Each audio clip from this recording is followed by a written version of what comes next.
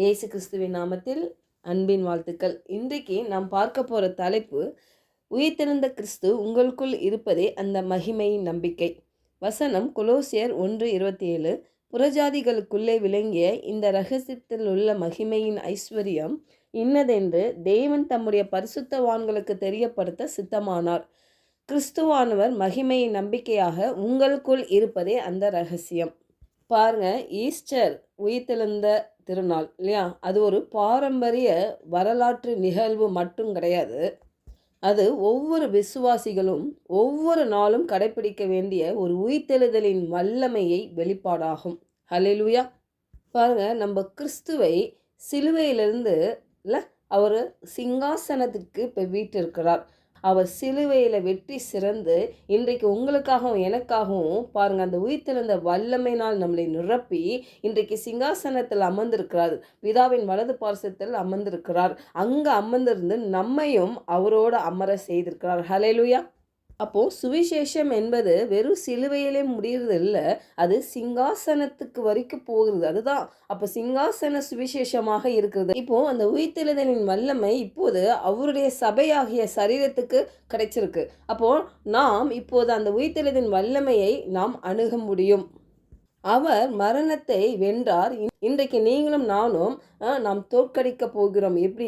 ஆவியால் மட்டுமல்ல, நம் மாம்சத்தினாலும் ஏற்கனவே வென்றிருக்கிறோம். ஏன்னா நீங்களும் நானும் நம் ஆவியில் தேவனுடைய விதையாகி அவருடைய வார்த்தையை சுமக்கிற மக்களாக இருக்கிறோம்.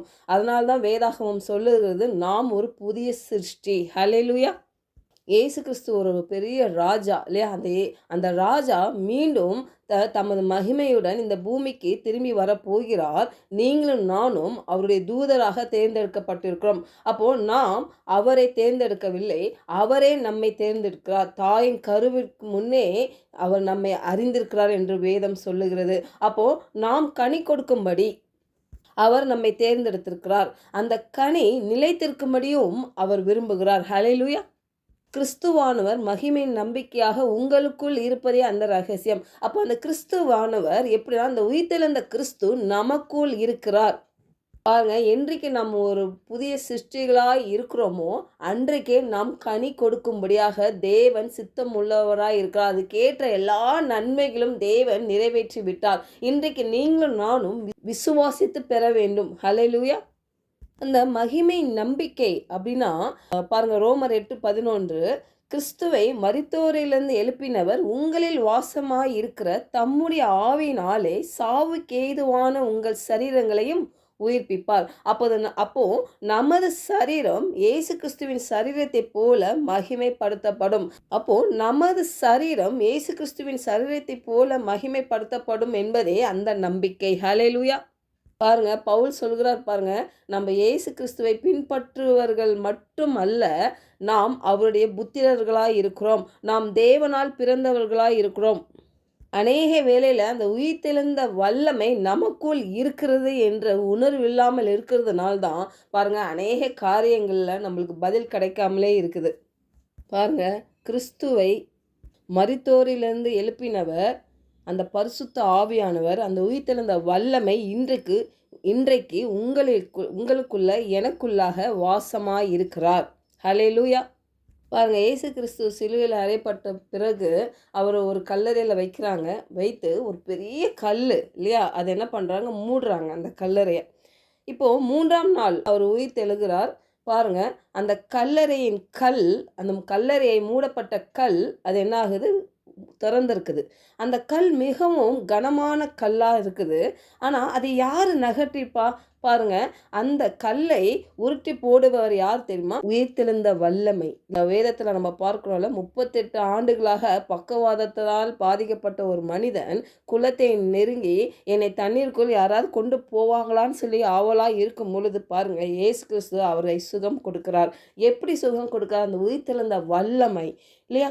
பாருங்க, அவர் தண்ணிக்குள்ளே போல, ஆனால் கர்த்தர் வார்த்தையை சொல்லி பாருங்க அவருக்கு விடுதலை உண்டு பண்ணினார். இன்றைக்கு உங்களுக்கும் எனக்கும் கூட பாருங்க அந்த உயிர்த்தெழுந்த வல்லமை நமக்குள்ளாக இருக்குது. அந்த வல்லமை நம்ம வாழ்க்கையில இருக்கிற கல்லை உருட்டி போட முடியாத கனமான காரியங்கள் நம்ம வாழ்க்கையில இருக்குமானால், அது வியாதியா இருக்கலாம், இல்ல குடும்ப பிரச்சனையா இருக்கலாம், இல்லாட்டி பண பிரச்சனையா இருக்கலாம், உறவுகள்ல பிரச்சனையா இருக்கலாம், எதிர்காலத்தை குறித்து ஒரு பயங்களா இருக்கலாம்.